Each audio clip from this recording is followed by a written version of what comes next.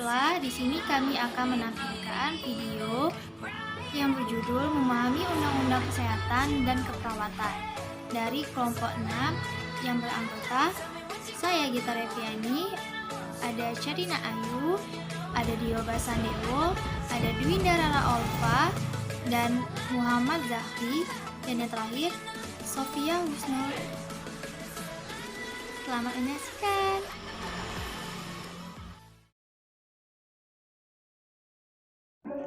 Baiklah, saya Carina Ayu. Di sini saya akan menjelaskan tentang pengertian undang-undang dan pengertian kesehatan. Yang pertama yaitu pengertian undang-undang. Undang-undang adalah hukum yang telah disahkan oleh badan legislatif atau unsur pemerintahan yang lainnya. Sebelum disahkan, undang-undang disebut sebagai rancangan undang-undang. Undang-undang berfungsi untuk digunakan sebagai otoritas untuk mengatur, menganjurkan, menyediakan, menghukum, untuk memberikan, untuk mendeklarasikan, atau untuk membatasi sesuatu.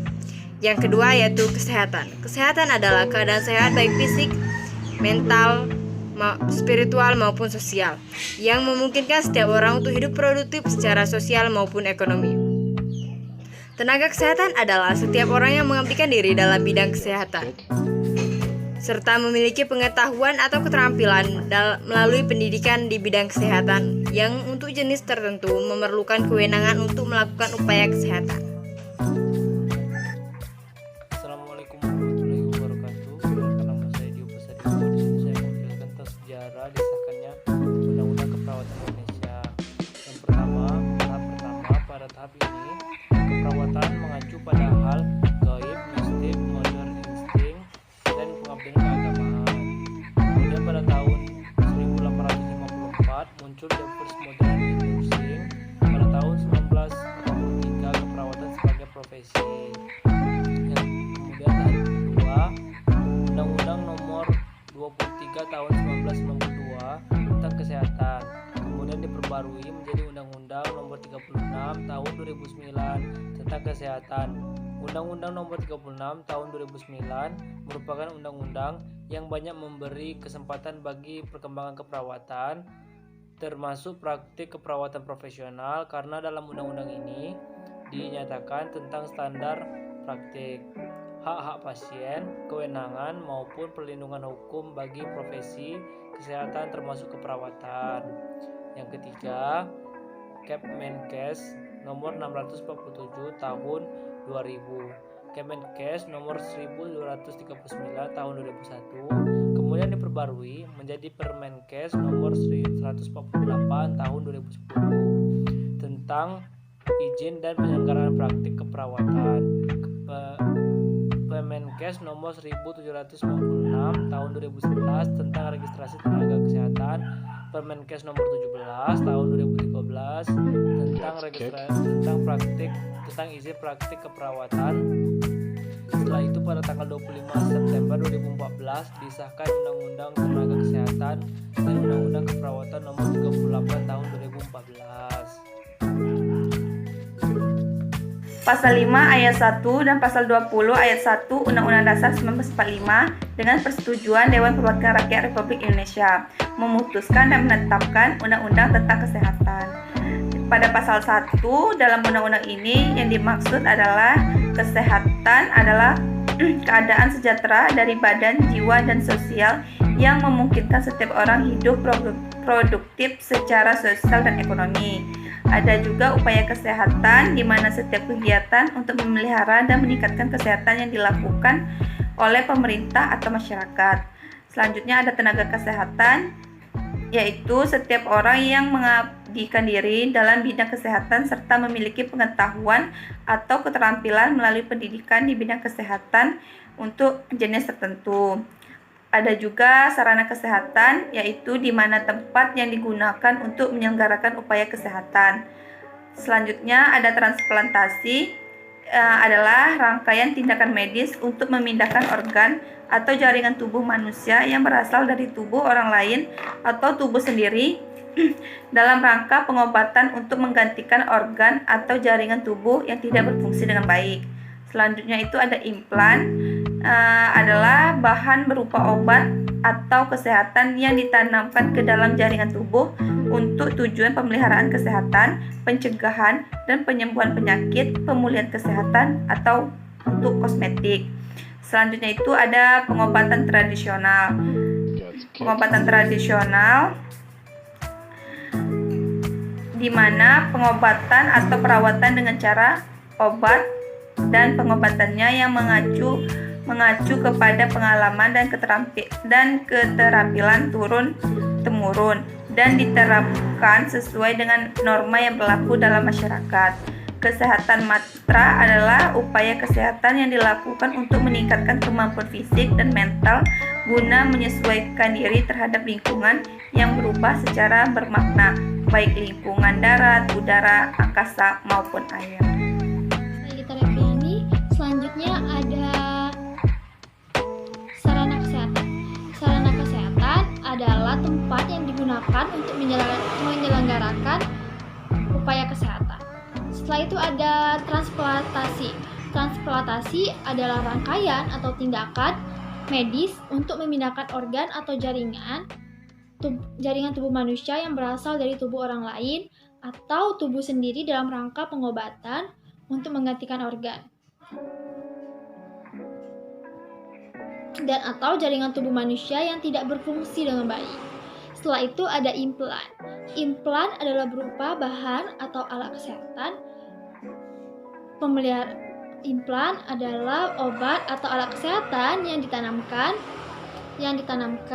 ke dalam jaringan tubuh untuk tujuan pemeliharaan kesehatan, pencegahan, perawatan, penyembuhan penyakit, pemulihan kesehatan, dan atau untuk kosmetik. Setelah itu ada pengobatan tradisional. Pengobatan tradisional adalah pengobatan atau perawatan dengan cara obat. Perawatannya berasal dari turun-menurun dan dari pengalaman dan juga sesuai dengan norma yang berlaku dalam masyarakat. Setelah itu ada kesehatan mantra.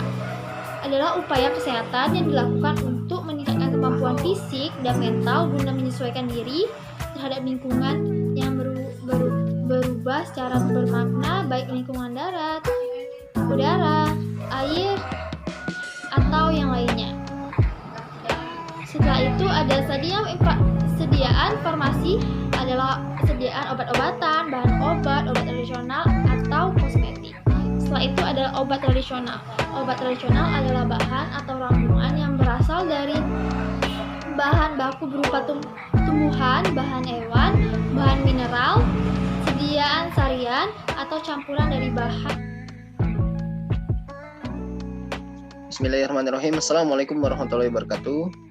Sebelumnya, perkenalkan, nama saya Muhammad Zahri. Saya dari Prodi Sarjana Terapan Keperawatan dan Profesi Nurse.